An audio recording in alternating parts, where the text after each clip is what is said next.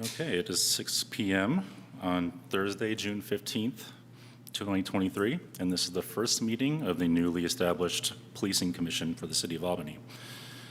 As part of our, the beginning of our meetings, we read off this land acknowledgement, and I was wondering if one of our commissioners would volunteer to read the screen.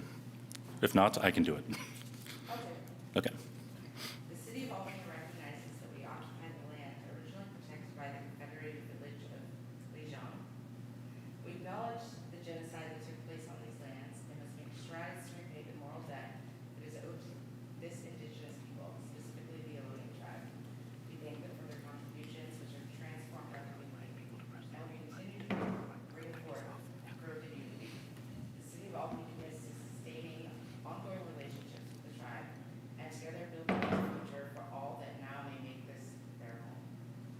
Just a reminder, not a reminder because you haven't told it, but when you want to speak, turn on your mics, express a question, I'll let you know. And I will now take roll to ensure everyone is in attendance. Member Downs. Here. Member Dupuy. Here. Member Johns. Here. Member Lee. Here. Member Locke. Present. Member McQuaid. Here. And Member Yu. Here.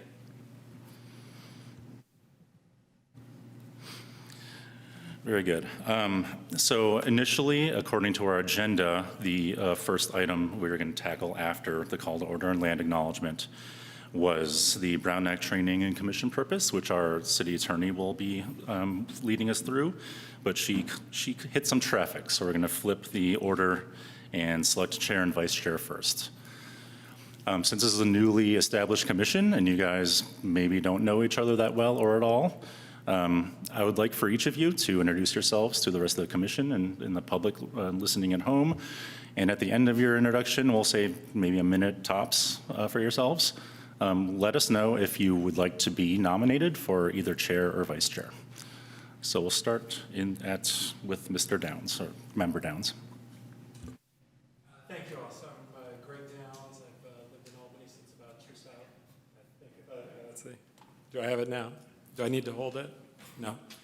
I'm sorry about that. I'm Greg Downs. I'm lived in Albany since about 2015.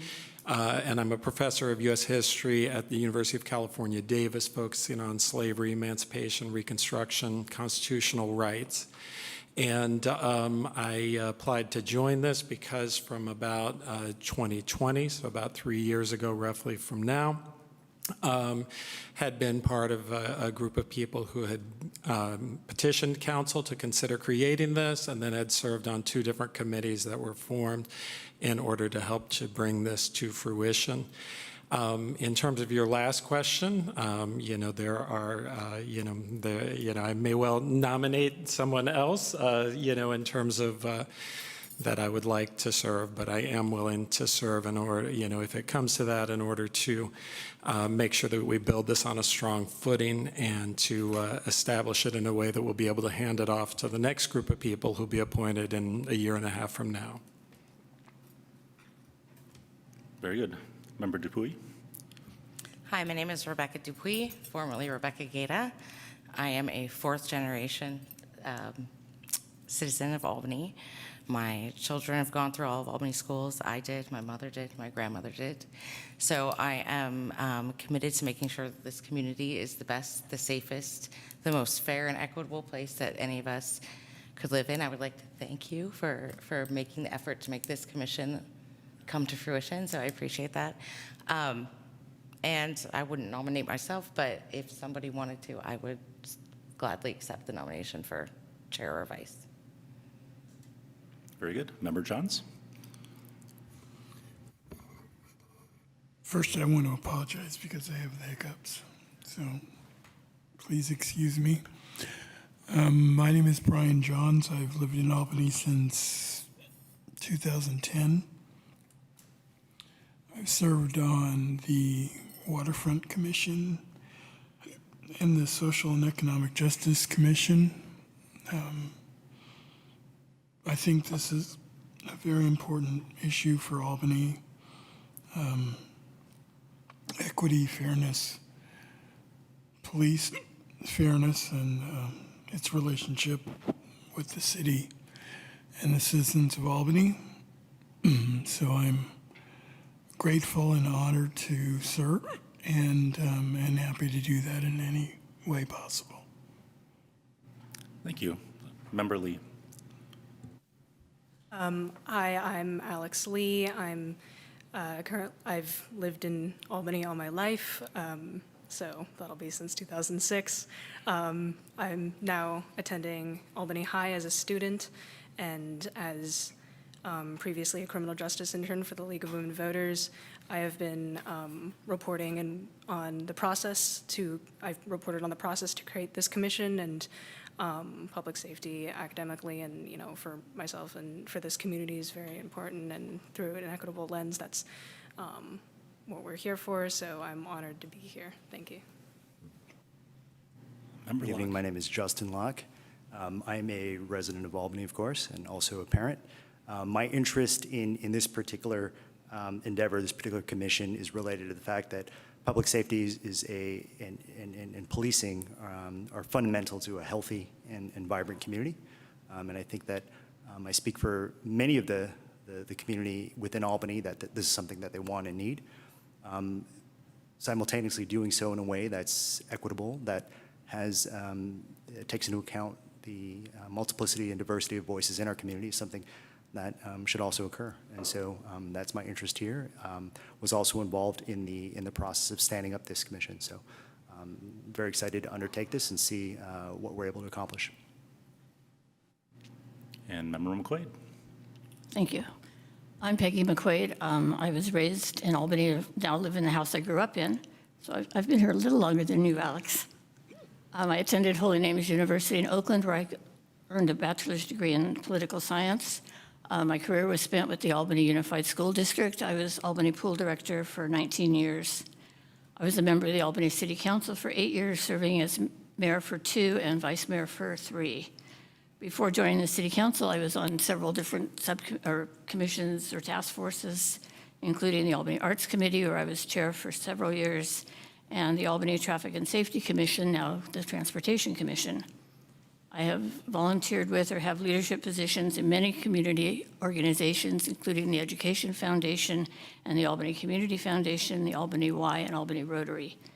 I also now serve on the board of East Bay Housing Organizations and represent Albany on the Alameda County Housing Commission, where I am finishing my second year as chair. I would like to be the chair of this commission. As you've heard, I have a lot of experience running meetings and ensuring that everyone knows that they are being heard. I believe as a new commission, we have an opportunity to do something really special, and I'd like to lead that effort. Thank you. Thank you. Member Yu. Well,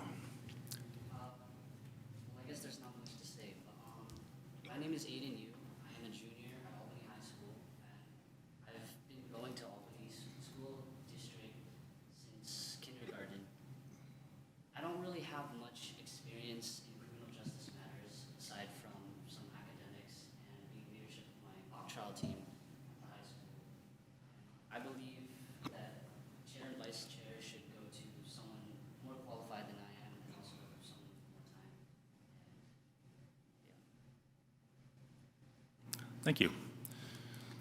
All right, let's proceed to nominating candidates for chair. Sorry, yes, go ahead, Mr. Downs. I'd like to nominate Brian Johns for chair. Great. Any other nominations? You can also nominate yourselves. So, I'll nominate myself. okay.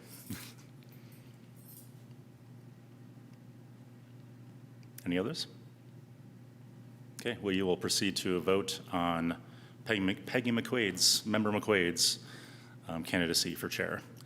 I'll proceed the same way I took roll, going alphabetically down the row. I'm confused about the vote. We have 2 nominees, and so I'm not sure what it means to vote on one person. So if a candidate gets a majority, they're the chair. I see. So you're not asking people which person they're voting for. Right. I see. And then why not go in the order in which candidates were nominated? We have our own way of doing it. Or We go alphabetical? backwards. We go backwards. From last person nominated goes first. I see. Yeah. All right. So the nomination of Peggy McQuaid for chair. Member Downs. No. Member Dupuy. Yes. Member Johns. No. Member Lee. May I abstain? I'd really rather you not. All right, no. Member Locke. No.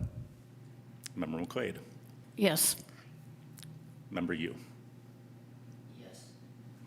So that was 3 yeses and 4 nos from Ms. McQuaid. So we'll proceed to the next nomination, which was for Member Johns. Member Downs. Yes. Member Dupuy. Based on my previous vote, You can vote however you want in this round. The last round's over. yes. Member Johns. Yes. Member Lee. Yes. Member Locke. Yes. Member McQuaid. Yes. Member Yu. I think the yeses have it. 7 yeses from Member Johns. Congratulations, you're the chair. Thanks, I guess. And we'll move on to nominations for vice chair. I'll open the floor again to people who want to nominate. You, as I said before, you can nominate yourself if you wish. Any nominations for vice chair? I'll nominate myself. Okay. Nominate Member Downs. I'll nominate Member Locke. Excuse me. No. If Member Locke is willing to run, I'll withdraw. Serve, I should say, I'll withdraw. I'll decline to serve as vice chair. Okay. So we have Downs and McQuaid. Any other nominees? All right, let's proceed to the roll call. Member Downs. We'll start with Member Downs. I think he was the second one nominated. Go ahead. Yes. Okay. Yes. Yes. Yes. Yes. Yes. I think the yeses have it. Member Downs, you're vice chair. Congratulations.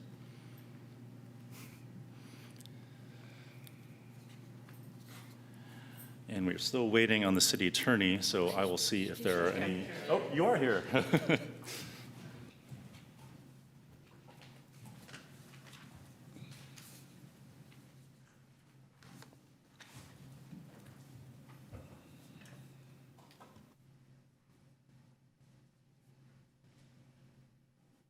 Feel free to introduce yourself.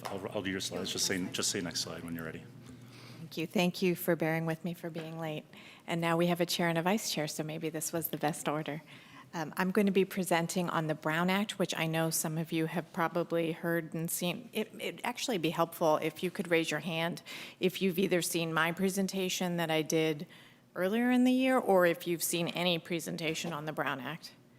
Oh, wow. All of you have seen the presentation? And was it the presentation I gave? Is that all of you? All of you except Aiden? Okay, so this is going to be very, you guys have heard this, so maybe if you have more questions, feel free to just jump in and ask questions as we go through the slides, and if I defer you, it's just because it's probably on a slide. And I did want to say, Aiden, I also did mock trial in high school, so it has some good value. So I'll first be talking about the Police Commission's role, and then we'll jump into the Brown Act. But there are several slides, and you can go ahead and change the slide. And this comes, and I tried to quote directly, this comes directly from the City Council's resolution that created the commission. And so I've laid out the different roles and responsibilities that you have with varying bullet points. You will receive public complaints. Those will come from the police department, and they will generally come within 30 days or less. Once you receive that material, you can then request additional information. All of the information that you receive will be publicly available information and associated data.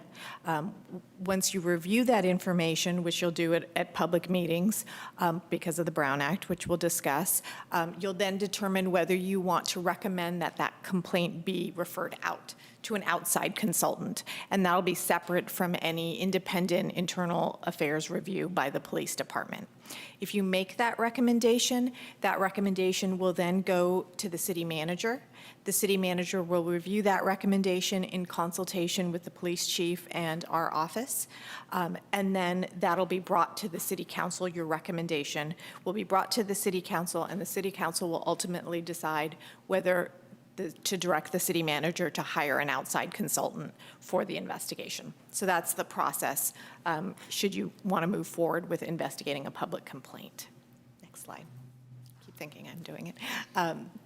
You'll also receive other sorts of publicly available data.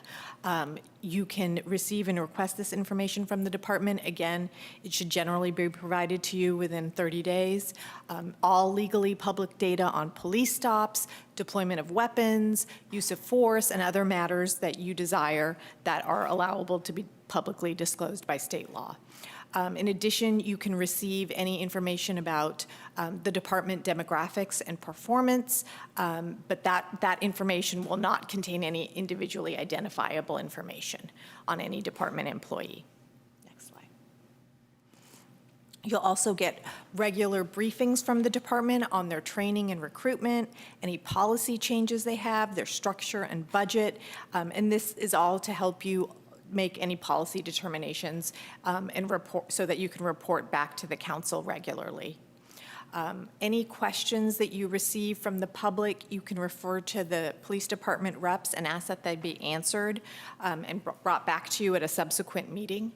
And then you can also report to the city council on any issues that you feel might benefit the council related to police commission issues, obviously. I think that's it on Commission's role. I don't know if you have any questions on that before we jump to. Do you want to go? Go ahead.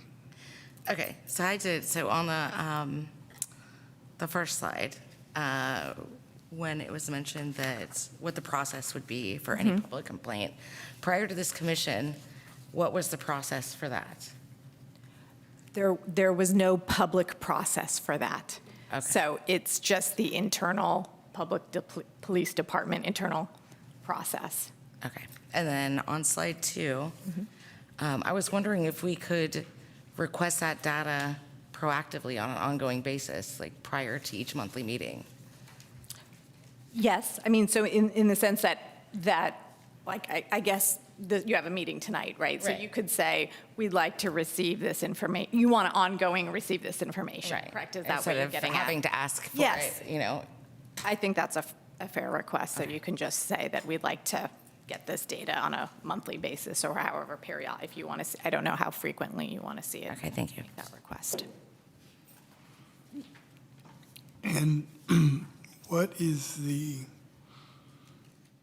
how would it be reconciled if the commission decided to investigate some issue and the council decided not to?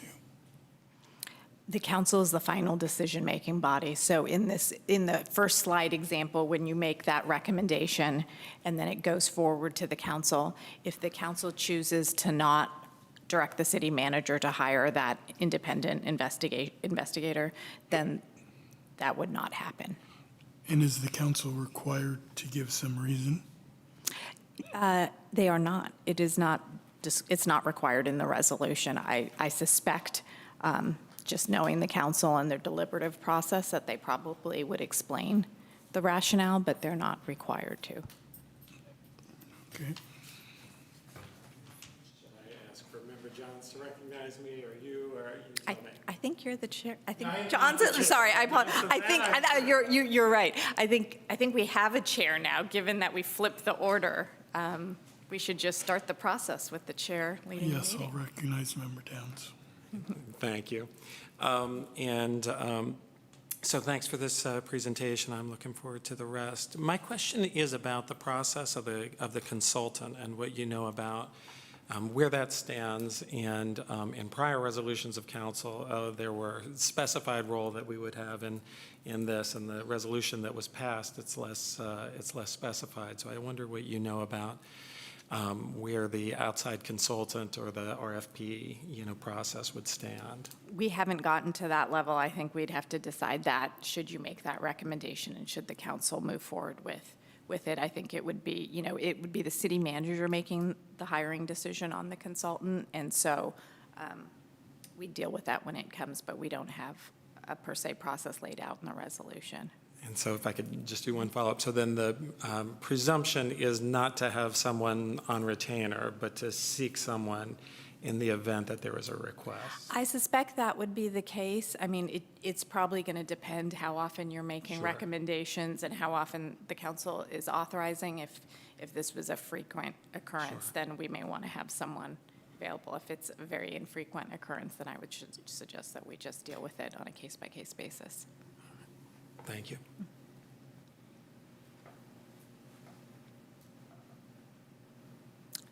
Chair, if there's no other questions, shall I move on to the Brown Act? Please do. Okay, great. And again, just jump in, since most of you have seen this or heard this, feel free to jump in and ask whatever questions you would like. The Brown Act is a requirement that our meetings as a commission, as public agencies, are open to the public, are transparent, and that your business is conducted and your actions are taken openly, and your deliberation is conducted openly. So it applies to city councils, it applies to the various commissions that the councils create, including this commission, which is why most of you have already heard this speech, because you heard it as probably as part of the commission update. Next slide. There are different committees that the Brown Act applies to. It applies to your commission as a whole, and then if your commission decides to create subcommittees from time to time, that can happen.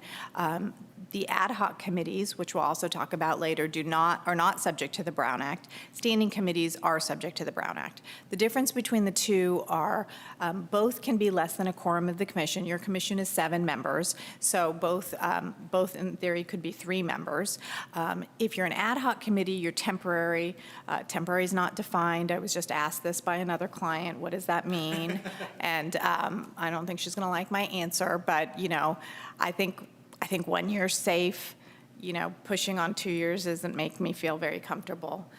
You typically have a defined goal, and then it's going to go away once you've dealt with that issue.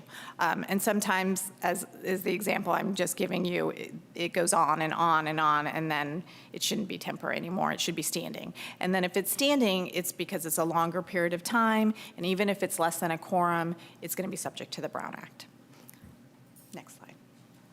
So when we have a majority of you together, it's considered a meeting, whether it's to hear, discuss, or deliberate on any item that's before your jurisdiction, right? So if there's a majority of you talking about the parks in the city and whether we need new benches, that isn't going to be subject to the Brown Act because that's not your purview. We just talked about your purview. But most of the time people think of it as you all together, but oftentimes it happens accidentally, violations, when it's emails, texts, or some other serial type meeting where one-on-ones occur that eventually lead to a quorum of you talking about something that's within your subject matter jurisdiction. Next slide.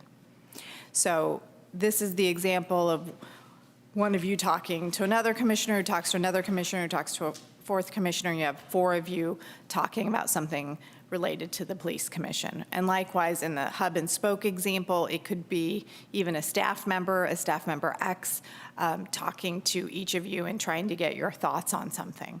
Now, your thoughts on whether you're available for the next meeting in July is acceptable, like meeting dates and times, those things you'll see sometimes staff will be trying to coordinate with you. Maybe there's a quorum issue because it's summer and some of you are on vacation, so there may be emails going back and forth about meeting times and dates. That's an exception and that's acceptable. Next slide. So the Brown Act doesn't apply to contacts with the public. So if a public member comes to each one of you and wants to speak with you about an issue, they can do that. And they can talk to all 7 of you, and that's okay. It's not subject to the Brown Act. But if they start to tell you that this is what the chair thinks, this is what the vice chair thinks when I spoke to them, and this is what this person thinks, then that's where you should stop them, because you don't want to hear what everyone else is thinking. You can go to conferences on issues related to this that are open to the public, and all of you could attend, or a quorum of you could attend, not subject to the Brown Act. Again, don't sit together and talk about city business at those conferences. You can go to meetings of a local topic. Let's say a member of the public wants to organize a meeting on these issues. You can attend. You can go to another, let's say there's another police commission that you want to see how they operate and function. A majority of you can go to that. It's an open notice meeting of another public agency. Social engagements, let's say it's, July 4th, event and all of you are there, that's fine as well. All of these exceptions assume you're not going to be sitting together talking about commission business. And then the last one is the one we just talked about, ad hoc committees. Those are not also subject to the Brown Act. Next slide. So because your meetings are subject to the Brown Act, we have an agenda, as you know. We have a description of the items that we're going to talk about. If there's things you want to talk about that are not on the agenda, then there are exceptions. If there's something that came to the attention after the agenda was posted that needs immediate action before your next meeting, then by a 2/3 vote, you can add that. I very rarely have done that, just so I can put that into context. And I don't think I have ever added something by majority vote for an emergency situation. But in theory, those could happen. The third one I have done, where it's an item continued from another meeting. Let's say you lose quorum in the middle of your meeting. People have to leave early, and all of a sudden there's only 3 members left, and there's 2 more items on the agenda that you want to get through. In theory, you could have an email go around saying, are you available? You continue it to a date certain. Let's say you continue it to 2 days from now, and we don't have to repost the agenda because we're just going to redo the 2 items that were on the agenda. So that would be an example of something that gets continued as long as it's 5 calendar days, the meeting. You can always give brief responses to public comment. So if there's a public comment that's given and you want to briefly respond to it, that's not defined either. It's usually kind of a gut test of how long you're going, as well as you can ask questions of the public. If someone makes a public comment, you want to ask them a couple questions. You can ask staff to follow up on certain things. You can ask staff questions. You can give brief announcements on what you've been up to. On our agenda, actually, we listed as number 5 announcements, staff and commission member announcements. But even if we didn't list this, this would be something you could do. You can provide reference or information to staff, and then you can ask staff to report back. I think this is what had just been asked. Can we ask staff to report back on various issues? You can ask as part of that as not being on the agenda. But I also think on item 7 on our agenda, you can see it says discussion and possible action on matters related to the following items. Or no, that's 8, sorry. I don't know what 7 is. Do we know what 7 is?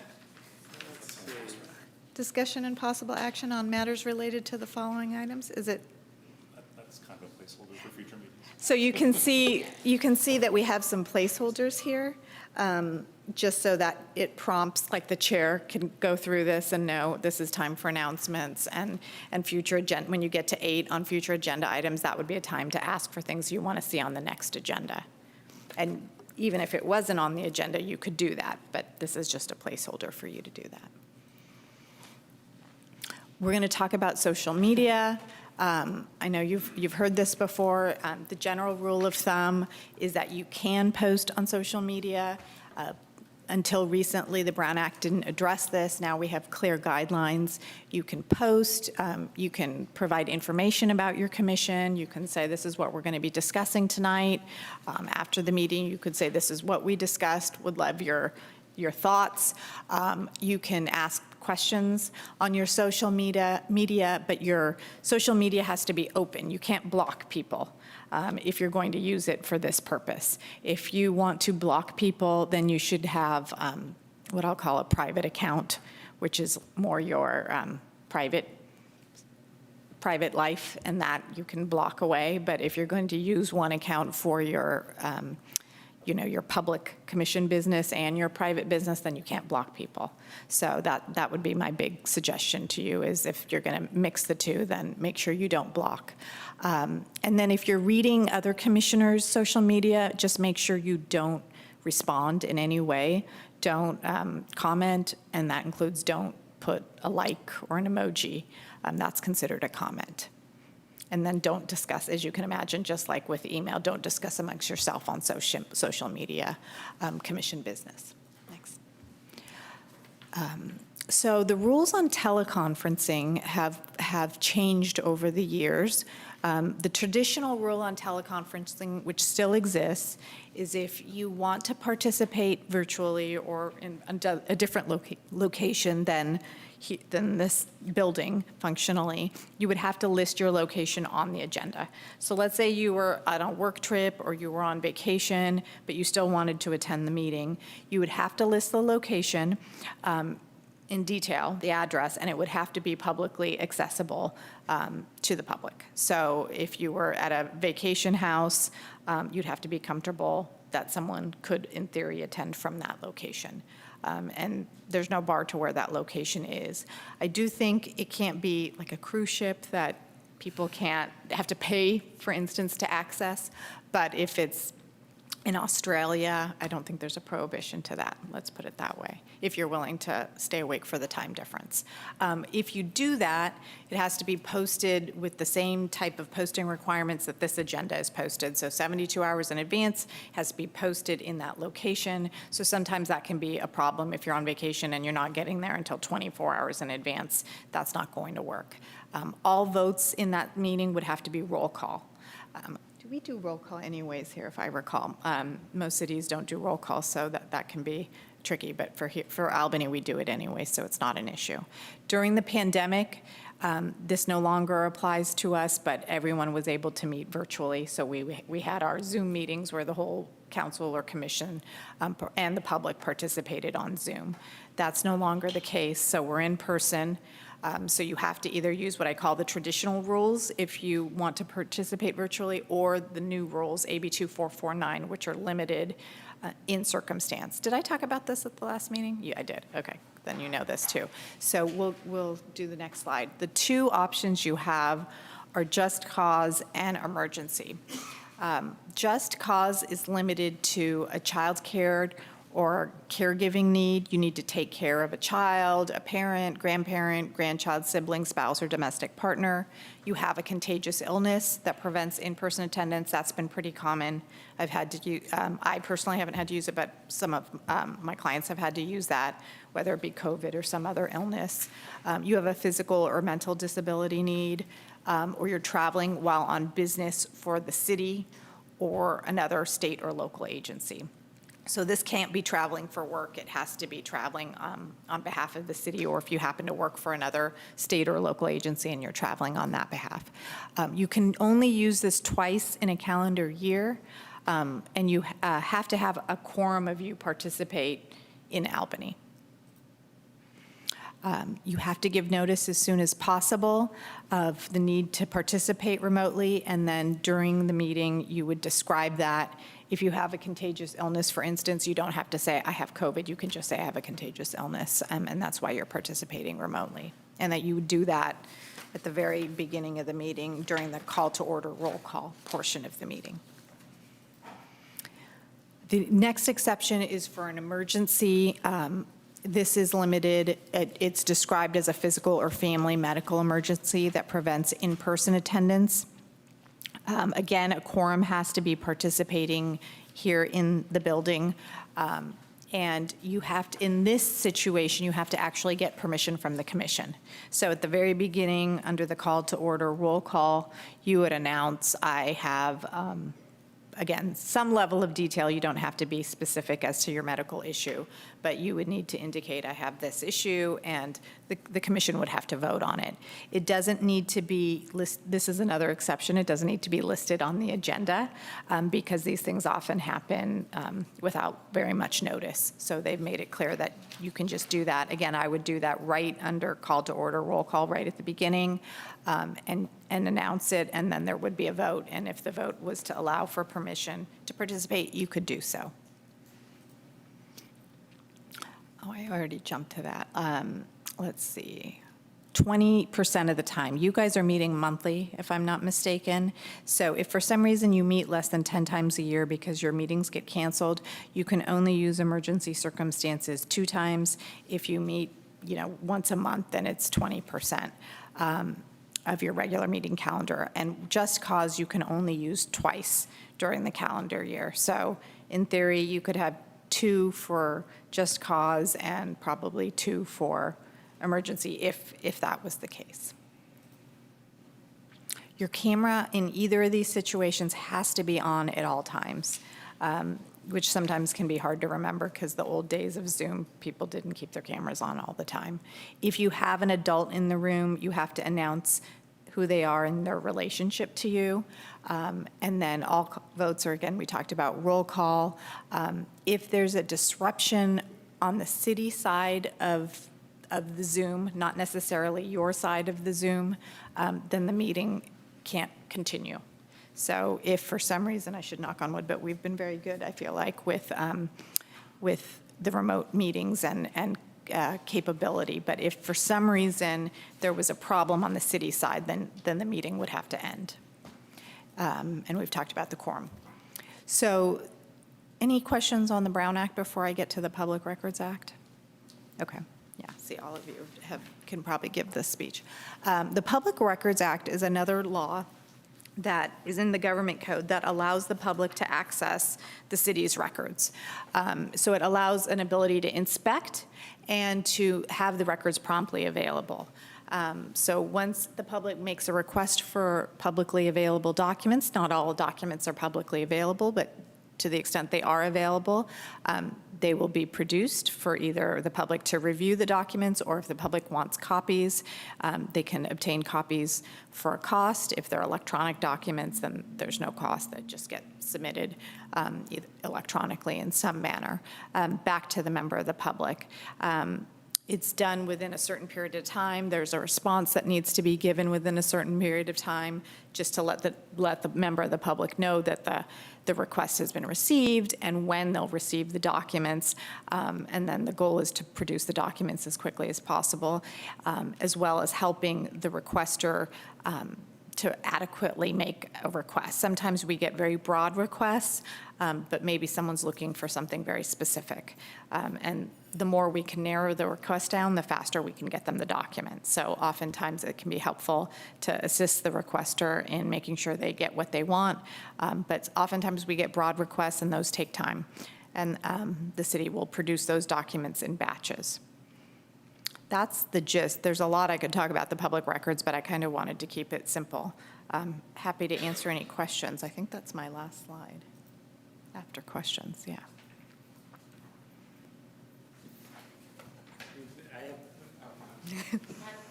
Go ahead. I have a minor one. I'm just curious, does the requirement that you cannot block or deny a post mean that you have to accept a friend request? Yeah, so you'll have to, I'm not on, so media. yeah, I'm you sure went you back got to the social media, and I'm actually off all social media, so you'll have to bear with me. So I'm going back to the days when I was on, let's say you're on Facebook and you get a friend request, is that what you're thinking? Exactly. Yeah, because otherwise, so in your example, are you using one Facebook? Let's say for this example. Yeah, for this example, you're using your one account for personal and public commission business. The only way correct me if I'm wrong, but the only way they're going to see your posts is if you, no? Yeah, address. Yeah. So if your post is a public post, Okay. anyone can see it, even if they're not your Facebook friend. Okay. So Yeah, as long as your post is, So then what happens, what is the benefit of being a friend? Sorry, I'm. solid question. I don't know what you because- get. What do you get that you Because don't you get to could see? theoretically make a post that only your friends could see. So say it was like, I don't know. Do you want to go to dinner on Friday? Is that you something like could- that? Yeah, you could make it just for your friends to see. But if it were something like this that you're posting on city business and it was set as a public post, then anyone could see it even if they aren't your friend. Do they have the ability to comment on? Yes, if it's a public post, anyone can comment on it.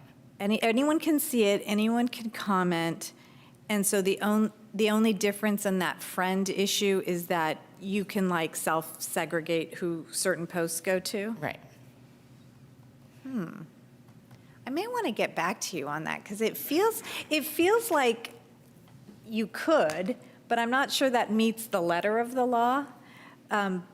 But in theory, any member of the public, the way you're describing it is any member of the public sees your post and can comment on your post. So I'm not exactly sure what they get out of being a friend. Well, the danger of accepting just any friend request is that there's a lot of scammers out there, right? Yeah, and then So- you get junk stuff, right? That is, Right, or they can hack you or like whatever, right? So, yeah. But if you post something and it is set to public, anybody who searches your name can click on you and see your public posts and comment on them. And so, but in theory, right, you can set it, each post can be set differently. Yeah. Yeah, and so if, maybe we can go back to that slide.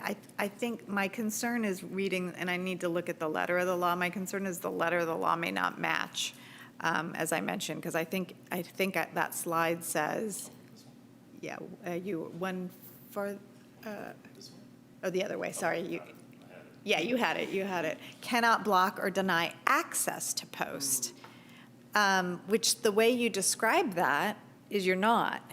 So I want to double check that, because like I said, in theory, it seems like you could set it up that way as long as they have access to all your posts and can comment.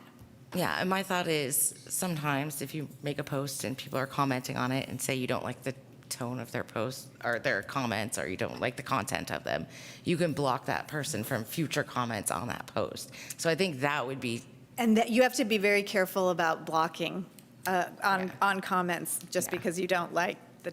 right. So Yeah. my thought is that if it were something related to what we're discussing here, or city business, you would be barred from making any of those kinds of moves. But as far as like accepting just random people Right. as your friend, Right.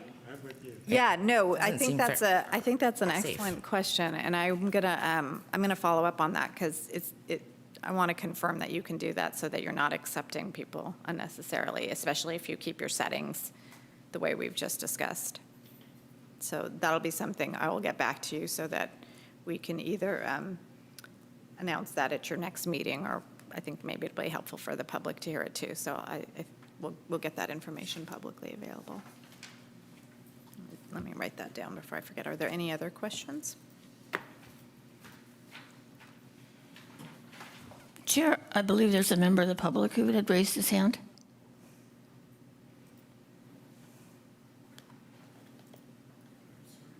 Question?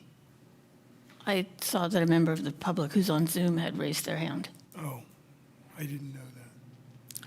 And so then this would be, I don't know that we are, do we take questions from the public as opposed to just make it public comment?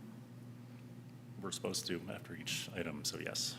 Yes, public comment. I guess I'm trying to, just like I'm answering your questions in detail with a one-on-one, public comment, which is part of the Brown Act and allows members of the public to make public comment, is what I think is happening, where we have a member of the public who wants to make public comment. But I don't know that there'll be a back and forth on answering questions from members of the public, is what I was trying to convey. Okay, so you guys, the commissioners do not have access to the Zoom overlay, so I will let you guys know when there's attendees that want to talk. Right now, Mr. Jeremiah Garrett Pinguello has something to say.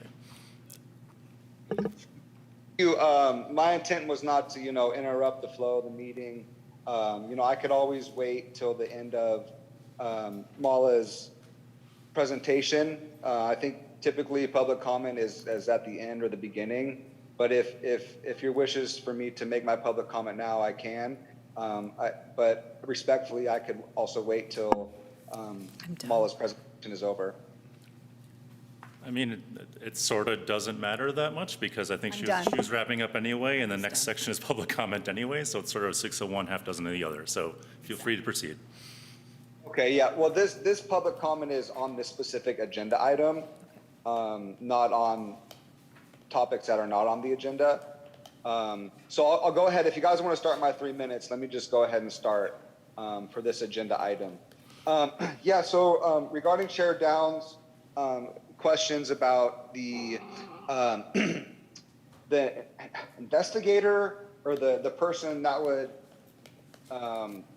you know, if this commission refers it to the outside source to do an investigation or something on whatever, I was wondering what is the cost of hiring that person to do an investigation? You guys were discussing whether to have someone on retainer or just case-by-case basis.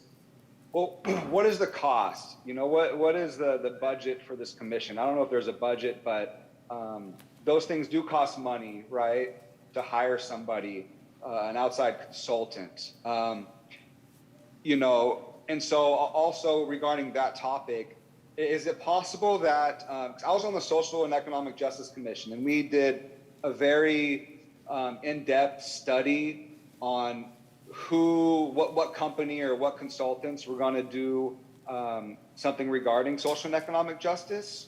And so I was wondering if this commission can choose the consultant. That way it's not the city manager, you know, hiring her buddy, or the city hiring, you know, their friend that would make a decision, you know, in favor of the police department. This commission would get to choose, you know, somebody from another state or another county, someone from somewhere else, you know, that's not related to or doesn't know anybody here with the police department or have any prior knowledge or prior you know, biased opinions or some sort of relationship with Albany Police Department. So maybe on a future agenda item, you guys could discuss how to select that person, how to select that consultant or investigator to review, you know, public record request or to review certain things. I think that would be very fair. I think that would be definitely a good discussion to talk about. So yeah, so that would be really great, because I don't know if the city attorney hires or the city manager has a Rolodex on her go-to consultants or her go-to investigators, but I think it would be just 15 more seconds. I think that would be that's why this commission's created, is to be fair, to be you know, fair with everything. So that's all I want to say about that. And if needs to discuss it further, I'll say that at another time. But thank you. Thank you.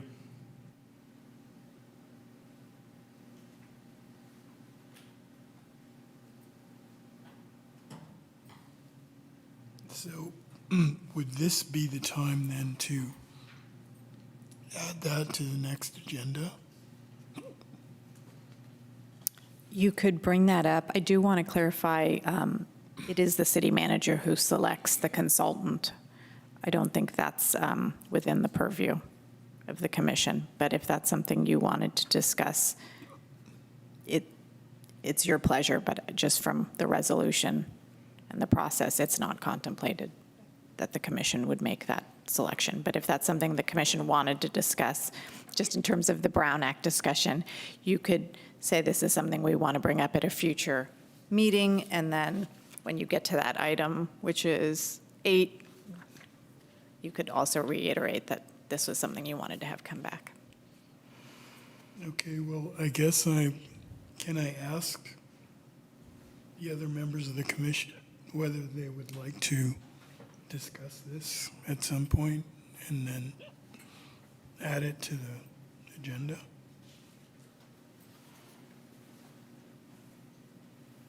Is it a yes or no question? Oh, Or is it a yes or no question, or? yes.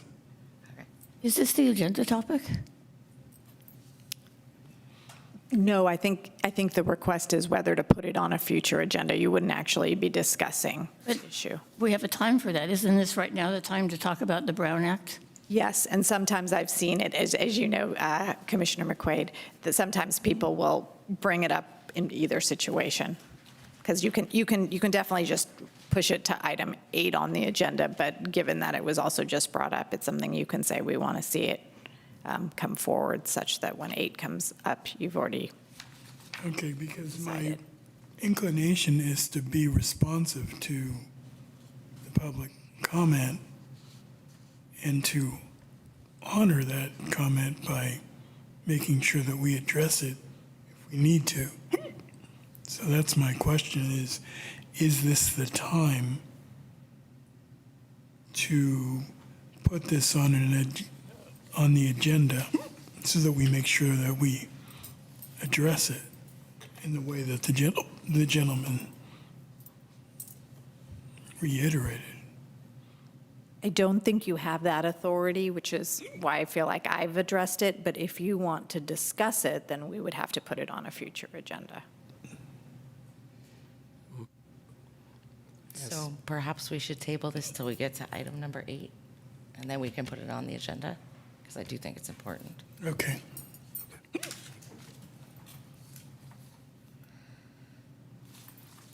Not seeing any public comments in person or online at the moment. Oh, Mr. Garrett Pinguelo, excuse me, has another question. Well, he'd need to speak. I think if we're done with this item, Chair, then are we on to generic public comment? Sure, let's move forward. So this is part of item 4. Yeah, hi. Good evening, everybody. My name's Jeremiah Garrett Pinguelo. I was on the Social Economic Justice Commission for the past 2 years before this term as a school board appointee by the Albany School District. So this is just my comments that are something that's not on the agenda. So regarding public records requests, I think Mala stated that there are certain state laws and that public records requests, are supposed to be given, if public requests it. I was just wondering if there's any policies regarding that within the city of Albany, because speaking for myself, I had a prior situation 3 years ago, an incident happened. I was involved, and I filed a public records request, and the police department denied it. They gave me some policy. I have an email somewhere. I could probably get it to you, but the police denied my public records request, and I was very shocked. And I was thinking, well, why would they deny a public record request? What is the police department hiding? Why wouldn't they give me public records requests, especially an incident that happened with myself? I only have 1 more minute left, so I'll be brief. But the incident was involving my wife. I had came home to our live workspace in Albany on Solano, and I'm a longshoreman at the Port of Oakland. And I came home at about 3 a.m. After my job, and I came home to my wife dead. And the door was unlocked, and there was evidence of foul play. There was items laying around, and the police took a bunch of pictures.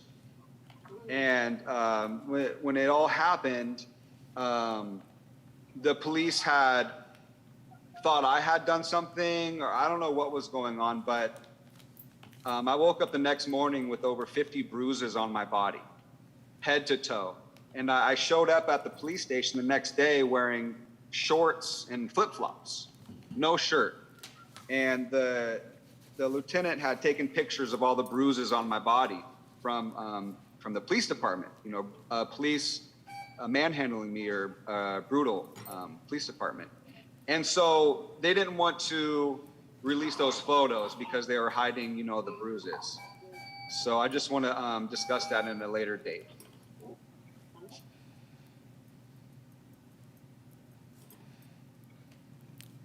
Thank you for your comment.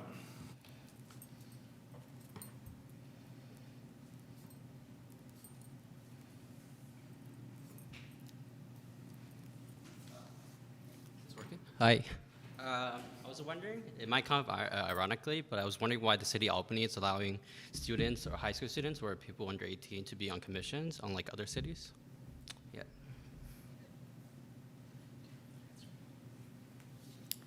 I know that it came up at a previous meeting at the city council where they thought it was important to have representation of all ages. And I do know other cities also include all ages on their commissions. So I think it is, I know another city I represent had a high school student on their public art committee. So I think this is something that's becoming more popular. But the council did make that decision earlier in the year to add additional representation of all ages to the various commissions. All right, thank you.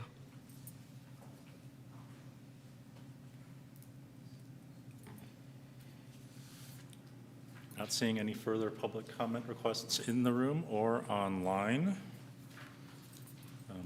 Chair Johns, I think we can move on to number 5.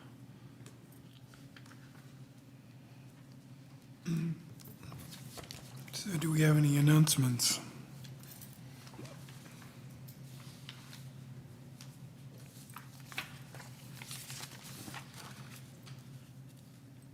Member Downs. I will need to get information from you all about a just cause because I am traveling for a state agency in July during the meeting time. So I can provide you any information you need in terms of confirmation from supervisor and things like that. And it's very helpful to get that information in advance, then we can confirm that, and then you can know you can participate.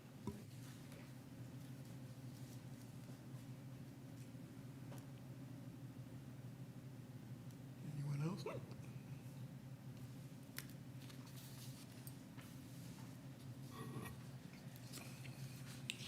So what's the next step? Presentation. So I think we're done with announcements, so we can move on to the next presentation, which is an overview of the Albany Police Department.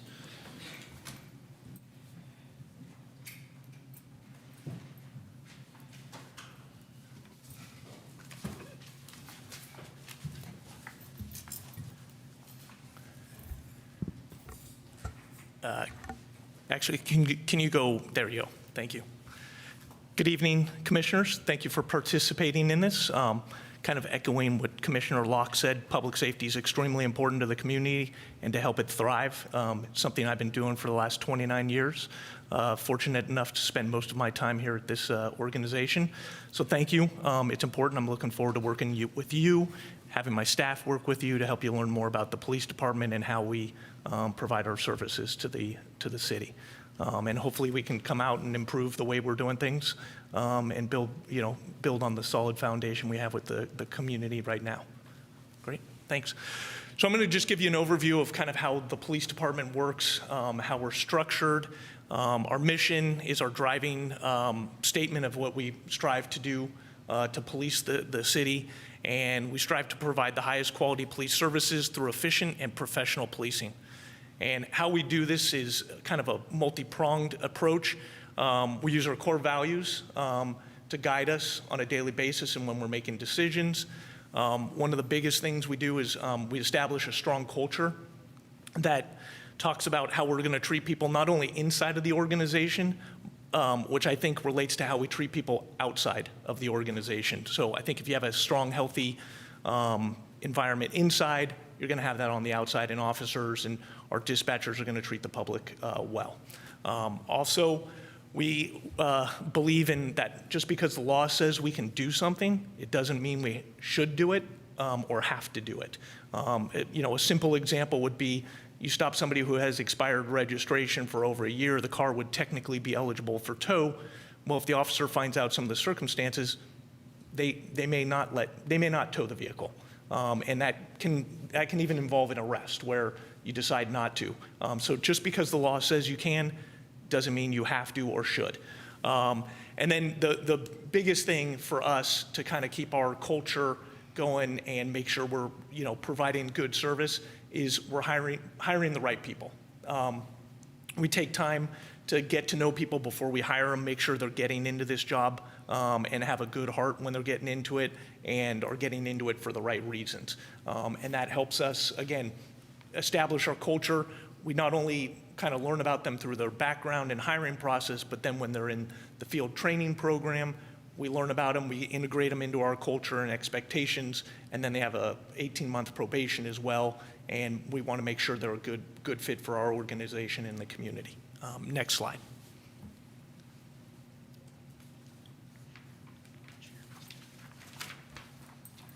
Okay, perfect. So our police department was established in 1927. We're 26 sworn police officers. We're currently down 4 positions, so we only have 22 sworn right now. The police department's made up of 2 divisions. We have the operations division and the support services division, and I'll get into that a little bit on the next few slides down. If we can go to the next one. This is an organizational chart of our department.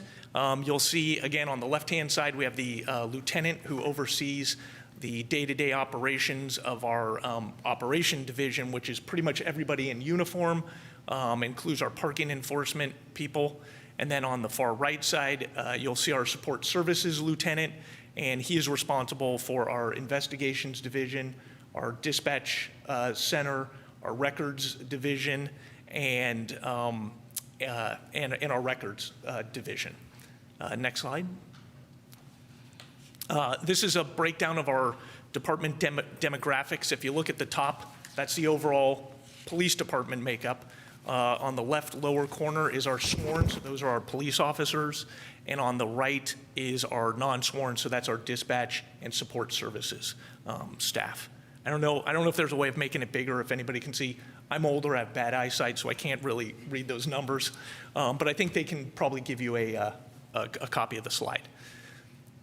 Next slide. Our operations division, again, is our patrol division. We run 4 patrol teams. They start, their daytime shift starts at 6 a.m., and then the nighttime shift starts at 6 p.m. When we're fully staffed, ideally, we would have 1 sergeant and 4 police officers on duty. We do have 1 reserve police officer, and he's a volunteer, so he comes in and does the same job our paid officers do, goes through similar training, but he is not paid and has no schedule to work. And then we also have our parking enforcement officer. We currently have 2. We have 2 people we're trying to hire, so we would be back at full staff for them. They work 3 days a week individually, and they cover Monday through Saturday. Next slide. And then our support services division, again, is our detectives. When we're fully staffed, we would have a detective sergeant, 2 detectives. We have 8 dispatchers, and I'm extremely proud to say we actually have 8 dispatchers. We are a full dispatch center, which is really phenomenal right now. Then we have 1 police services technician who runs our property room, also does IT for us. And then we have a couple of people in records. We have a records specialist and then a records assistant. They are responsible for processing all our cases, putting them together to go off to court. They go through and do our public records requests that come in constantly. And then we have 1 administrative specialist who is a support for myself and the 2 lieutenants for administrative duties. Next slide. For years, we've been trying to get a chaplain program restarted. We were able to accomplish that in October of last year. It's a volunteer position. The chaplain is here as emotional and spiritual support. It's not about pushing a specific religion. We have 1 now. My hope is we are able to grow that. But they're here to be a support for the officers as well as the community during difficult times. The chaplain will come to come out if we need them to, if something significant happens. They can also participate if somebody has a wedding and they want the chaplain to perform that. They're available for that. So it's a nice support that we have for officers and the community. Next slide. We were able to get our mobile crisis team started actually 1 month ago today. We have one licensed clinician and then a peer support specialist. And then on the back side of things, we have a data analyst who will be going through all our data to kind of determine what calls for service we're handling, help us develop, if the hours are working correctly for what we have set up, and then kind of help be some input as to whether the program's successful. It is a 2-year pilot program, so then at the end, as we get close to the end of 2 years, we're gonna have to figure out if it's a continuation, and then if so, how do we fund that? They do work Monday through Thursday from 10 a.m. to 8 p.m. We kind of picked those times based on a little bit of data analysis that we did to kind of figure out when we would use them the most. Next slide. This is just some of the training we have done in 2023. This is the only one that is mandated on there is the CPR first aid, and that's required by the California Code of Regulations that we do that every 2 years. We do have other requirements from the state, but they're not as in-depth as a lot of people would think, but they deal with like our pursuit driving, firearms, some verbal communication, weaponless defense things, but it's not a high bar. These are all enrichment that we do. They're not requirements. The crisis intervention training, the state post, I believe, only requires really a 3-hour class. If you have a field training officer, they're required to have 8 hours. I believe we are at 19 of our officers out of the 22 we have that have the 40-hour course. CIT is an extremely important course for us, and so instead of going for the bare minimum, we have put people through the 40-hour course. And I took that course years ago, but as we get new staff, we rotate them through. There's not a lot of classes, so, but I think by the end of September, everybody who's working here should have that, and that includes our dispatchers. We send them as well to the 40-hour course. Right now, I think we're at 6 of our 8 who have been there. And as you can see, we kind of have we try to enrich officers, not always necessarily just, we don't always just do police-related training. We'll send people to outside, like some leadership classes that aren't put on by a law enforcement professional. And then most of these classes are these are law enforcement specific classes. Next slide. Some of the key issues we are facing is the biggest one right now is staffing and recruitment. It is difficult to find individuals who want to be in this profession, let alone finding very quality individuals to be in this profession and to retain people. So people are leaving departments to go elsewhere because there's a lot of opportunity right now. We're going to continue to try to build on the trust we have with the community. So that's one of the main things, one of the other things we want to focus on. And then with our limited staffing, we also want to maintain the service levels. There's high expectation for service in the community, and we want to try to meet that. But sometimes with staffing, it minimizes some of the things we can do, not only just policing-wise, but community outreach events and whatnot. And then officer well-being. This job can be extremely stressful. Our officers, unfortunately experience some traumatic events, not only in their work life, but also in their personal lives. We're all human beings, have families and tragedies that happen within our families. So officer well-being and dispatch well-being is very important to me, and I want to make sure we're taking care of our officers so when they're out on the street, they're in a good space to take care of people, and that way you limit the chance of something poor happening. Next slide, please. Some of the future initiatives I'd like to work on is a community academy, which would be a mini police academy for community members to attend. Also, this has been an ongoing thing for us, but we continue to look for new technology to make our jobs more efficient, make our jobs safer for the officers and for the community and the people we engage with, and help people communicate with us better. So it's not only things we would use on the street, but it's also ways of communication for people within the community. And then or greening our police fleet. We continue to buy hybrid vehicles. We've looked at electric vehicles. There's a lot to electric vehicles. You have to have an infrastructure. We're a smaller department. We don't have a lot of extra vehicles. So it's something to look at and work towards, but it's not something we can just kind of go out and decide, hey, we're going to do all electric cars. And then officer wellness is another, as I mentioned in the last slide. It's very important, and I want to continue to work on growing some programs for our staff to keep them healthy. Next slide. These are some of the community outreach things we have going. Of note, we have a Coffee with the Cops coming up on June 28th at Royal Ground on Solano. And then also National Night Out, which is on August 1st, which has typically been a very well-received event for the police department and the community. I think last year we had like 34 or 35 blocks. So it's a great event for the community to come out to. The city staff from other departments help support us, and they participate in it, so it's a great event. And then, again, just kind of one of the tools we looked at and employed, I think it was last year, was our crime graphics.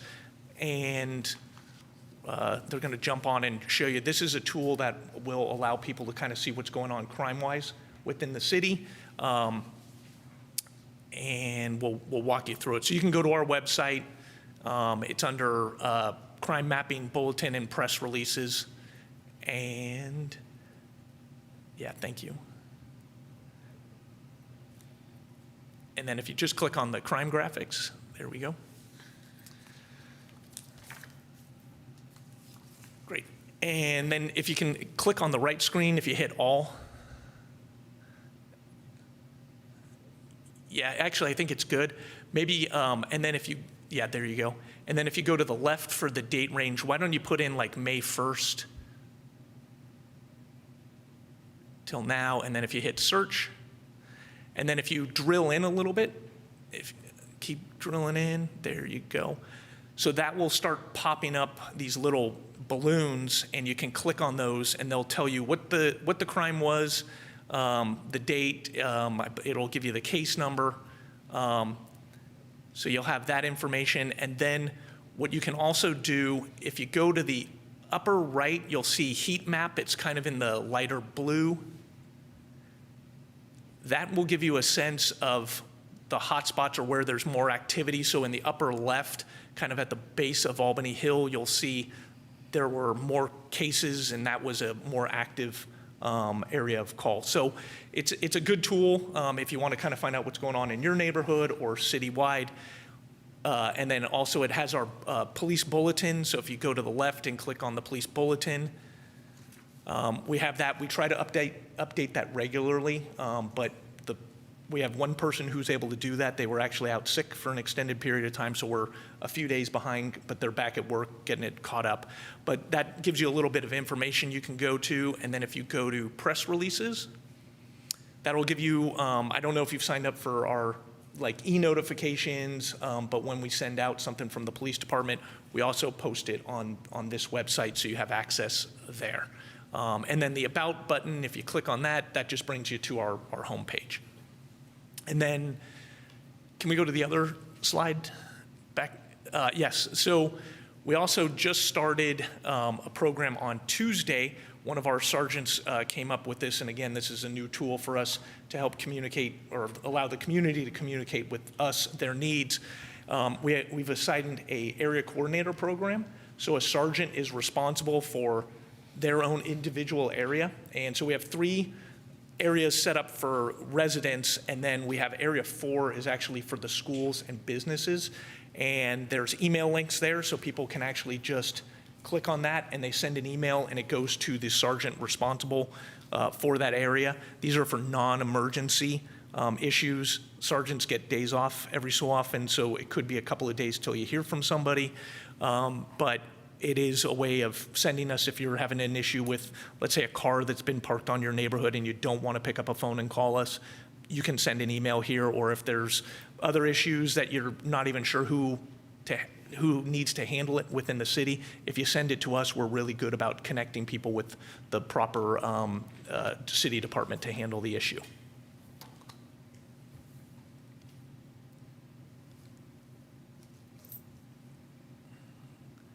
And that's my presentation. Any questions?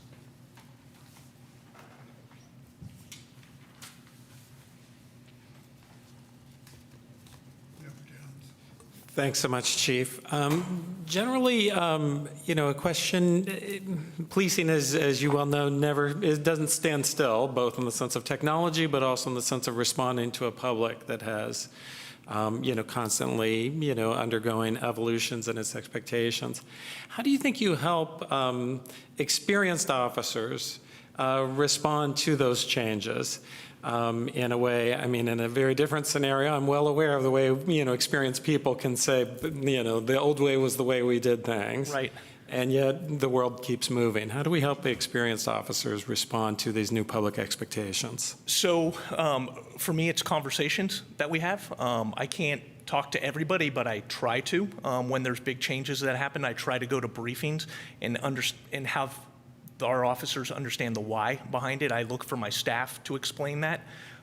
We do it in our training. So if there's, there were big changes in our use of force law last year with, it was AB 392, right? So we emphasize that in training and it becomes repetitive. And I think that's part of our culture. Again, kind of going back to that, where we kind of expect people to be flexible and understand things change and we have to change with it. And having been here this long, I can tell you we had people in the past who wouldn't have been able to make the changes our staff is making, in particular how quick it's happened. So that's how we do it. I have a question as well. So my question is in regards to training and mentorship.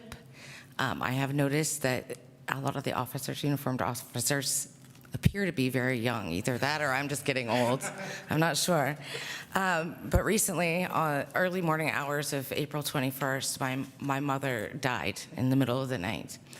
And my father called, obviously, 911, and then called me, and I was a few blocks away. And by the time I showed up, the EMTs had left, and there were two very, very young officers in the house. And they said, okay, well, we're going to wait for the coroner to do transport. And of course, we're all panicking, but after a couple of minutes, they said, actually, the coroner's not coming. They've released the body to you. We're leaving. They're just leaving. And, somebody who is under that amount of stress certainly never dealt with, a situation like that.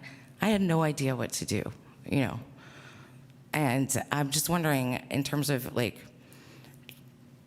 training or, I don't know, resources they could have provided us. We had a dead body on the floor and no idea what to do with it. Sure, yeah.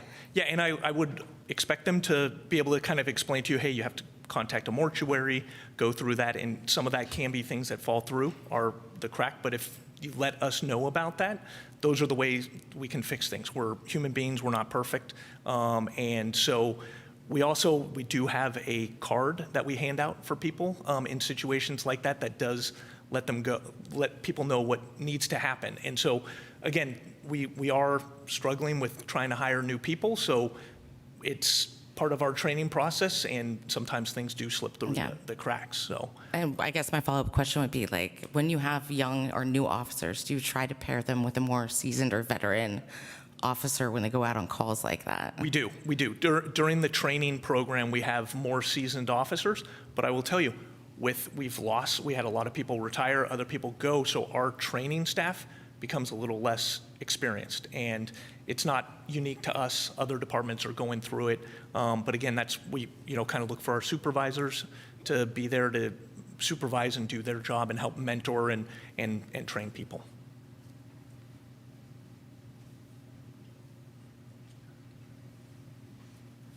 Member Locke. Thank you, Chief, for the presentation about not only what you're doing, but a lot of the challenges that you're currently facing. I had a question on some of these key issues.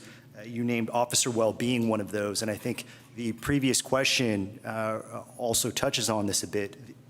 officer well-being, the impacts of vicarious trauma and things that officers see. Can you expound on that a little bit more in terms of your strategy and vision of how the department's going to approach that? Because I think that oftentimes these concerns bleed into the concerns of the community, of course, with service levels or other concerns. Sure. So one of the things we are in progress doing right now is working on a app. It's called Cortico. It's a mental health check-in app that we are looking to roll out. We're also looking at physical fitness equipment for officers, because physical fitness is a great way to release stress and whatnot. So we're trying to implement that. We also, through the city, have an EAP program. We do, if needed, if somebody is has experienced something significant, a significant call that is very difficult. We also do, I do mandate that they go to see and do a debrief with a psychologist, and that can be everybody. We just literally had 8 officers and a 2 dispatchers due to an incident go to this, and so we try to do that. We have our sergeants look out for people because some people have issues going on at the home front, and so we try to be in tune with officers and see if there's a change of behavior. But it's something we're now starting to recognize more and work towards. Peggy? Thank you for the presentation. Can you talk a little bit about the Bonita House connection? I know it's only been a month, but what you think so far and what the reaction, it's a new program for your officers. They're doing business a little bit differently. How are they reacting to non-sworn in the building? So I think it has been pretty seamless having them come in to fit into our organization. At some point, I hope they'll come and do a presentation and you can hear directly from them. But I'm not shocked to hear from them or my staff that they've been very welcomed into the department.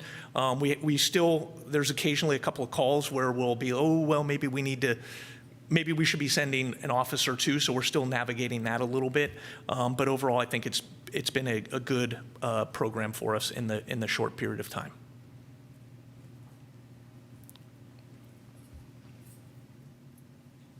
I'm wondering if the Bonita House and the crisis responders, if we'll be able to collect some data on the calls they're going out on and the results of those calls, like for future meetings.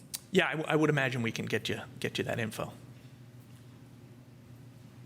Member Downs? I would second that. I think I recognize how early it is, but I think we'll all be interested in hearing from them and also seeing the data.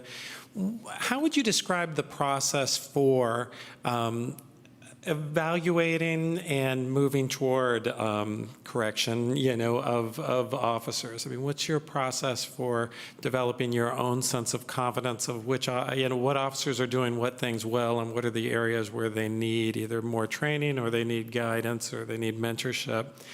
How do you find out about issues before they become big problems, and what do you do in those cases? So I rely heavily on my sergeants who are observing the officers on a day-to-day basis. We have, let me take this in a couple of bites. For training, when somebody's newly hired, they're with a field training officer, and then so every day they're getting evaluated by that training officer. The sergeant who works on duty for that shift reviews their, what we call a daily report. And so they review it and know what's going on and have personal observations. That then gets kicked up to what we call a field training officer, the sergeant who is in charge of the entire program. And so there's communication, they have meetings, everybody's assessing how people are doing. The patrol lieutenant gets involved in those conversations, and if there's weaknesses, then we try to fix those. And then once somebody's cleared and they're what we would call a solo officer, then it goes to a sergeant, and we do, when somebody is a new officer, we do monthly probationary evals on them. And that assesses a variety of, performance, their activity, their, community engagement, their, physical fitness, their investment in the department. So we do that, and then once they're off probation, we do evaluations at every shift change as well. So, and then we have a monthly staff meeting that if there's issues or something's coming up, we have discussions about it and try to problem solve it. And it really depends on what the issue, we've had some people who have an issue in training for report writing, and so we may reach out to a non-law enforcement person who could do report writing and train them on how to more clearly articulate their reports. So, or if they have if they're having a problem with being active and engaging, maybe for traffic enforcement, then we'll pair them up with somebody who's a little bit more active, geared towards that. And if it were some of the issues that, did present public comment a couple of years ago, or, that do in other, jurisdictions, present public comment of either concerns about bias or concerns about force, what are the ways in which, you as the chief or the rest of the staff are flagging those so that you can see if you showed the heat map of crimes. In an organization, sometimes there can be heat maps where complaints center, unfortunately, around a small number of people. What are the sort of mechanisms to make sure that that doesn't get pushed along, as sometimes can happen? There are. We track those, and if somebody's having problems, and I can say we haven't had people who are consistently having problems like that. But if you do start seeing that behavior, we track that and are aware of it. We're a small organization, so it's not like we're trying to track 1,000 people or 300. We have just a few officers, and when things happen, we know and hear about it. So that, and then if we need to, we look at it depending on what it is, and is it a training issue? Are they, let's say you have somebody who's regularly been discourteous. Well, maybe they have something going on at home, and we need to find out about that. They're not letting people know, and then we know, hey, we need to get them the support for that. Or if it's just, hey, they've got a bad attitude and they're not going along with the culture we believe, then we have discipline measures that we can take to address that.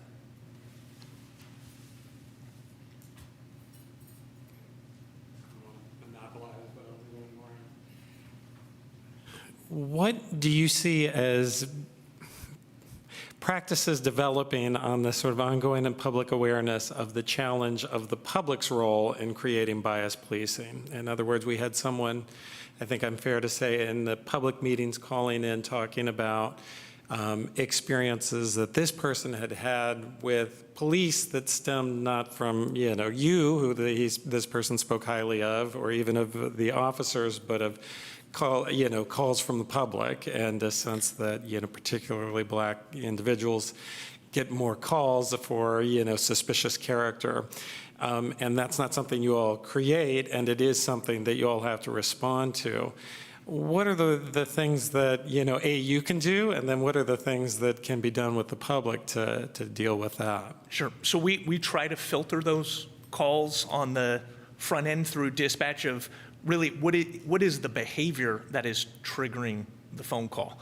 And depending on answers that are given, we may send an officer, we may not send an officer, or we may send an officer who drives by and sees, hey, no, this person's not up to anything, and continues on. Or if there's enough, that there is something suspicious, the officer may get out and contact the person. I will tell you, with the mobile crisis team, we've now started being able to send out them instead of the police to deal with some of the calls that are behavior-wise but aren't criminal, and they're handling those, so that somewhat has helped a little bit as well. They're going out right now. Normally, they're going out just them. They're not necessarily going out unless they request backup. Right. And then sometimes we'll have to code dispatch, where we'll send them and an officer because it's not really clear what level of threat may be to them. So and that's part of the challenge of what we're kind of doing now, is kind of feeling that out. We want to make sure they're safe, but we also want to reduce our footprint on some of those calls. Do you have a sense of it's never going to be a science, but what's the best criteria for dispatch to make a very quick decision about, which pool this belongs with? Well, they kind of go through and if there's, no threat to, a violence, no weapons. As a prime example, we had somebody who's down the street who was yelling in the street. They went out and assessed it, and they were able to talk the person over the curb. Now, if it starts getting a little dicey and the person elevates, then they may call for us to come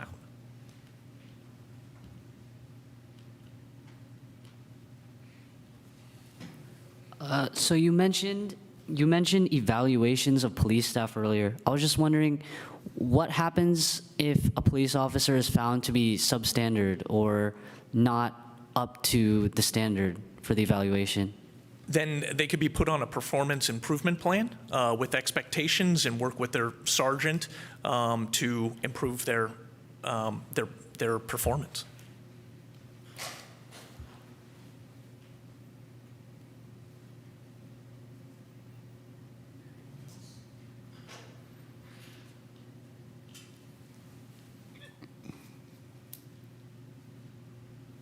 I guess that's it then. All right, we need to open this one up to public comment before we move on. Okay. Start in the room. Not seeing any volunteers in the room. I believe we do have a remote question. Good evening, it's Jeremiah Garrett Pinguello here. Yeah, I just want to congratulate the Albany Police Department today. I called the police department today around 2:30 regarding an elderly lady with dementia. She came up to me when I was in the middle of my program on Solano and Talbot at the laundromat I do for the community. And she came up to me and she says, do you know where I am? What am I doing? So she seemed really confused. And I recognized her, and I knew her. And I had dated her daughter back in high school for a couple years. And so I've been to the house, where they live for family dinner many nights. And so I was just really pleased with the Bonita House's response time today. I met Johnny Schaefer. I'm actually holding his business card right now. His email address is johnps@bonitahouse.org. A great guy, and I just want to congratulate on such a quick response today with Bonita House. Also, regarding officer well-being and wellness, I'm a longshoreman, and I work 12-hour shifts sometimes also, and it seems the police department runs 12-hour shifts. That's a really long shift. Have you ever thought of, 3 8-hour shifts, a day, a swing, and a graveyard shift?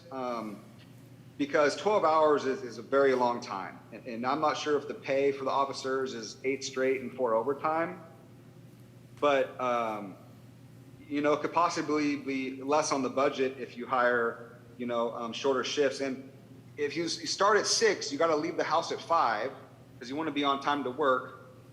And, you get home at 7, you got to be in bed by 10. That's only 3 hours at home. You got to eat, take a shower, and it's just, there's no time for family. So anyway, 12-hour shifts, I think, is too long. Also, I was wondering, on your map, it showed nothing about the UC Village and also the Bulb and Golden Gate Fields. So I was wondering who's responsible on the map, number 5 or something, regarding that UC Village. And does the police department respond to Sprouts and Starbucks, the Habit area plaza, or is that UC property? Also, I was wondering if the chief could discuss just briefly about the relationship with the Kensington Police Department and the budget that Kensington pays Albany every year, every 2 years. So Albany dispatches for the Kensington Police Department. Thank you. Great. So yes, 12 hours is a long shift, and oftentimes officers have to work more than 12 hours because of a last-minute arrest, or they get called in on their days off, or have to extend out because of an incident that we're dealing with. Operationally, we would need many more officers if we were to go to 8-hour shifts. There is a lot of positive benefit for continuity and supervision by being on the 12-hour shift, because we have, again, a sergeant and a team of officers and a dispatcher that's tied to it, so they're getting the same supervision. I worked here, when I first started here, there was one day that we had, I think, 11 different start times. We were on working 10-hour shifts, and I would work with different people. I would have 2, sometimes 3 different supervisors throughout the week, so it doesn't really provide for good supervision, and so that's why we kind of sat with the 12s. The nice thing about the 12s is they do get a benefit of extra time off when they're on their days off, so they're working 4 days one week, 3 days another week, so that gives them 4 days off one week and 3 days off. So it gives them a little bit of time to recoup, and if they have to work an overtime shift on their day off, they're hopefully maybe getting at least 2 days off on their short week, or 3 days off. So it is a long shift, and people do have long commutes. That's the unfortunate thing of our business. And then as far as the area coordinator, we're not responsible for the policing of UC Village, so that's why we don't have them on the map there. As far as the bulb goes, we were looking at residences and businesses, not specific locations. If somebody is down at the bulb and they have an issue, they can always send something to the area coordinator, but it's not something we identify as somebody having ownership of it to email it to us. And we do, and then for policing, as far as we do respond to the businesses at UC Villages, we do respond to Sprouts.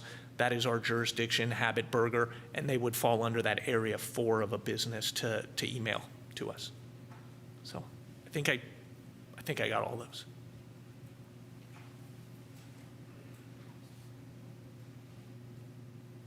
Not seeing any other requests for public comment.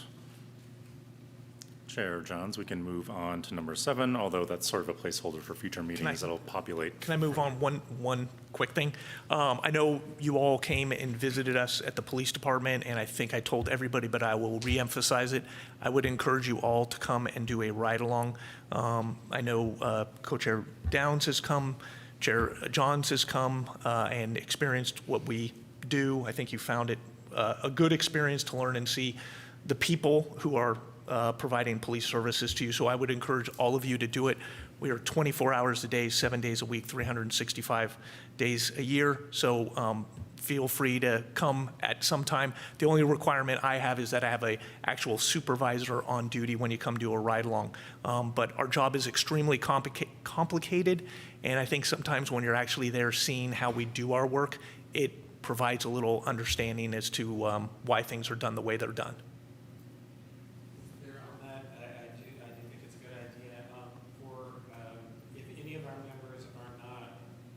Any of our members are not adults. As you well know, I am well past the age of that. But are there special waivers that you all want and that you all will need for parental sign-off? Yeah. If you're not over 18, we just have to have a parent come and sign for you.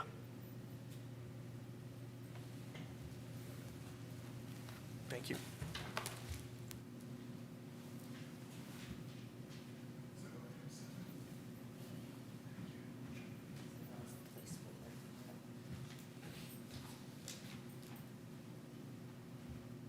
So I think we can move on to item 7. Not sure there's much to do there yet. There will be in the future. Anyone want to make any comments at all on item 7?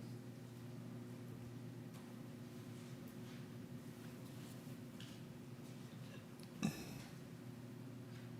I think we can, I don't think there's any public comments on an empty item, so not seeing anything. So let's move on to number 8. Regarding item 8, I know we had discussed it before, but we're circling back to it, to add the item for next time regarding the consultants, the question or the concern regarding who would be responsible for making the decision to hire a consultant. Yes. Should the need arise. So I'd like to put that on for a future agenda item. And also, we spoke earlier about collecting data proactively. I don't know if that is something we have to put on for a future agenda item, or if that's how we go about accomplishing that. Because, yeah, I would like to get the information on, the stops and all of that sort of demographically, but I'd also like to get information regarding what crimes were charged by the police versus what charges were actually pursued by the DA. Because I have a concern sometimes that people may be getting overcharged on certain stops. And so I would like to see the data on that, the difference between what they were charged with at the time of arrest and what charges were actually pursued by the DA. I don't know how we would go about getting that information, but. And Member I Downs. definitely endorse, can you make sure I'm saying your name, Dupuis, is that right? Okay. Member Dupuis, both, and on the latter, I wonder if we could just set an item where we discuss our priorities for, discuss and convey, because I know we need to agendize each action that we might take, I think, that we discuss and convey to the department the particular data and other information that we're permitted and entitled to that we would like to prioritize, so that we are I'm always glad to hear any data they want to present to us, but I think it is just for us to also indicate what we're most prioritizing. So I would endorse that, and the specifics that Member Dupuis suggested, I think are great. In terms of the consultant, I think in terms of making it an agenda item, I think that I understand, I certainly, would like to find a way to agendize this in a way that leads us to be able to do something productive. I know we are not and will never be the hiring authority for the city, for lots of understandable reasons. I do know that, the city, or I believe the city council will act to approve or disapprove a contract recommended or put forward by the city manager. And I think it is within our purview, which is, generally to recommend things to city council. So that what if we agendize that we would discuss making a recommendation to city council about the criteria that we hope that the manager and the council apply when this comes to be? What are the things that we think are especially important for such a consultant if that need arises? And that we could package that into, if we came to an agreement next meeting, or, if it took a couple meetings, we could package that into a resolution to council that, would be up to council to act upon. And if we did that, I also wonder if we could agendize discussing coming up with an ad hoc committee that would on its own, could be 2 members or whatever, I know it can't be more than 3, come up with potential names so that we are able to identify, we do have some people here with experience in law enforcement, that we're able to identify potential consultants so that we're not delayed. I hope the moment never comes when we need to do that, but so that we're not delayed in that moment to come up with a list, or so that we can be clear that at least the members' recommendations are considered. So those are 2 ways I can think of how to agendize Member Dupuis' consultant, consultant point. A couple of other quick things, one of which is I would also like to agendize the discussion of how and when we might engage with the budget, which is also something that's written into the council resolution, and whether that's primarily with the department or whether that's primarily with other staff members of the city who handle the budgetary matters. And then the last issue is not, there are 2 things that I think are just points of information that may not need to be agendized, but if not, they can just be requests for information for the next meeting. One of which is a member of the public emailed me to ask, do we have a Brown Act protected email that they can send things to the way that exists for, say, council or used to exist when I was on SEJC. And can we publicize that on the site? It may be that it was already there. I got this on my phone and I didn't double check. But if not, if we can do that so that members of the public can communicate with us. Do you want to answer that? And then I've got one more. Yeah, I think on the website there is a contact email Okay. that where a member of the public can make a concern, can voice a concern in an email, and it'll go to all of you and me. And separately so that we are not. So it's, it won't be. Okay, so that's not there. immediately a Brown Act Awesome. violation by itself, yeah. That's great. And then the other one that's also probably more just a point of information. On the part of the resolution that's about the department forwarding complaints to us, what's the mechanism, have we worked out what's the mechanism that will actually receive that? In person, at the meeting? Will it be emailed to us? I understand there may be privacy concerns, so I was just curious about what's the interface for those, if they come in. Offhand, I'm not sure. I'll have Okay. to look into it. I think we have an idea about how it's going to work, but I don't know the details well enough to explain them at this meeting, but Sure. I'll have that for you at the next meeting. Great. McQuaid. Are we required to have a work plan like every other commission? Yes, you are. I'd like to suggest we put that on the agenda. Good suggestion. And I think that we should perhaps have that at the next meeting as sort of our overarching work, because as those of us who have done work plans, they can take forever. But hopefully we can get it done in a meeting or two and have that be sort of the framework for if we want to talk about consultants and what kind of data we may want and how we want it. And so I'd almost make a suggestion of a one-item agenda next time, which is doing the work plan and sort of folding all of these things into the work plan.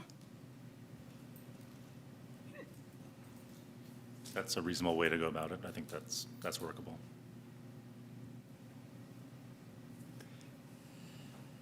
I mean, I certainly endorse the work plan.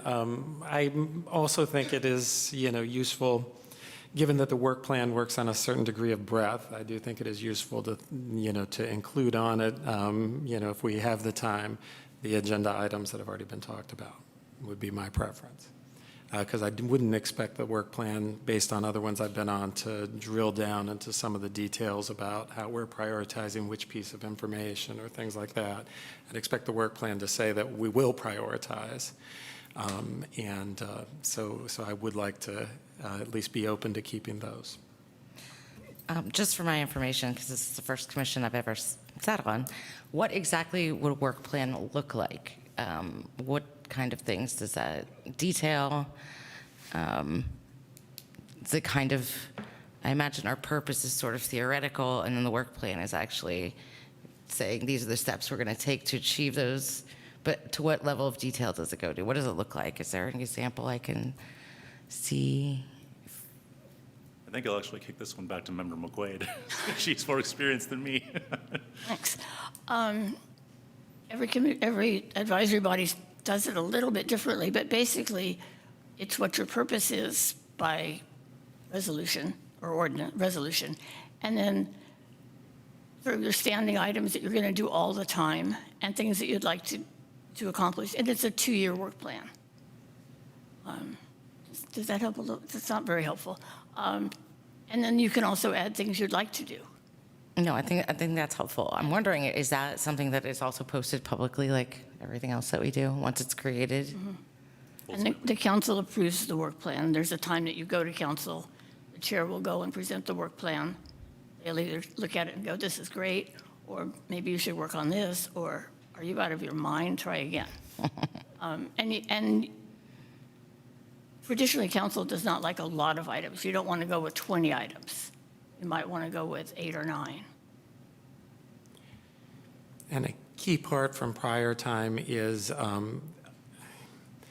things not on the work plan often can't be taken up without another council resolution.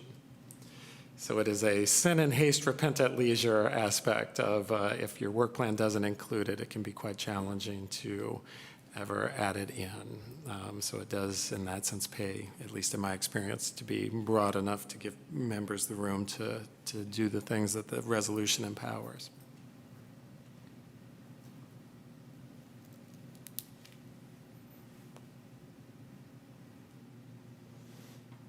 Anything else from the commissioners on number 8? So where did we land? We're going to just make it the work plan and for the next agenda item, and that we'll be able to discuss the things that we've already mentioned. I have them noted so that we can come back to them, but we'll just have the future agenda item being the work plan, and we'll build it out from there. I wonder about that, in part because, again, in the sin and haste, repent at leisure, if you list the other items and we spend the whole time on the work plan, that's not a problem. But if, say, that we decide as we start the work plan that we need to create ad hoc committees and for them to come back, we literally cannot take up the other items if they're not listed. And it does seem possible to me either that we could feel like, that we're able to resolve it, or that we might feel like, actually, let's ask a couple groups to come back with proposals for this. And in that sense, the work plan discussion might not take that long. So I would prefer to keep the other agenda items, even if we know going in we might or might not get to them.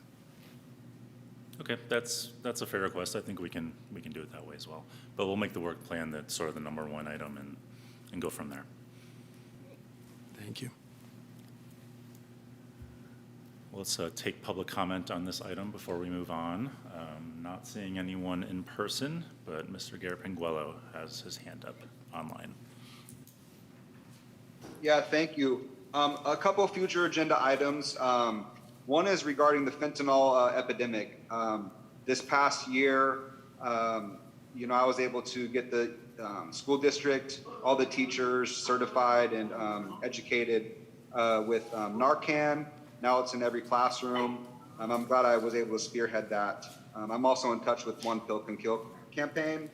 And also, I was wondering if we can create something for discussion for the next future agenda, would be a follow-up after a death. I relate. In there, I was left with my wife on the floor, and there was no guidance from the police department. They just left, and gallons and gallons of blood was everywhere, and I had no idea what to do. It'd be nice if there was a more respectful policy from the police department to deal with situations like that. Like maybe a follow-up with the crisis services from Bonita House, that day or next day, have someone come check up on, your well-being. That would be really nice. So something regarding a better procedure with resulting in, deaths that occur in Albany, to be more respectful from the police department than just say, hey, here's a card, call the number, peace out, I'm off my shift. Something more, a lot better. And also, I just want to throw out there school zones. The police department, the city council has the ability to reduce the speed limit around our schools to 15 miles an hour, but it also takes approval from the police department. So maybe this commission and the police department can work together and have a discussion on the benefits of reducing the speeds limits around the schools to 15 miles an hour. The last thing I want to mention is who actually is creating the agenda? Does the vice chair and the chair get to work with city staff, or is this the city staff creating the agenda without the vice chair and the chair's recommendations? I would really hope that the chair and the vice chair get to be involved in the process of creating the agenda, in the order, that way, the work plan doesn't come up first next meeting and then everything else follows afterwards. It would be nice if the work plan was last. That way you get to talk about things before the work plan comes up, and then, you could add things to the work plan because you already discussed them earlier on. So that's it. Just, who creates the agenda? Vice chair and chair, and just who creates the agenda. Thank you very much for your time. And congratulations to everybody on this commission. Thank you for serving the community. Thank you for your comment. I can just say that I, as the staff liaison to this commission, will be working with Chair Johns primarily to get the agendas set up. They will go through an approval process. And just as far as the work plan item goes, one of the reasons we want to prioritize that is that sort of sets the broader sort of holistic agenda of the commission. So getting that done first or getting that done early is important. So most likely that'll stay number one on the agenda, but we'll try to make sure that that doesn't crowd out other issues that people want to discuss. Is it possible, I know on other commissions I've been on, staff members sent each of the, separately, so there wasn't cross-communication, request for agenda items to the entire commission in time so that they were with a clear statement of how early they had to be received in order to be posted, because I recognize you all are under deep limits with that. Yeah, I'll look into what the best process for that will be, and we can take it up again, but we'll figure out something that works for the commission and for the public. Thank you. All right, not seeing any other public comments on the future agenda items, we're moving on to number 9, the next meeting, which as usual will be the third Thursday of the month, and unlike today's earlier start time, the start time will be 7 p.m. And if there's nothing else tonight, we can adjourn the meeting. I just want to make sure that that's the case before we officially go adjourned. Just one quick question, again, based in my ignorance, because I've never been on a commission, but can I drink water in here? Because I'm thinking it. I don't meet the rules by belief, so. Okay. All right, I think our business being completed, we are adjourned at 7:55 p.m.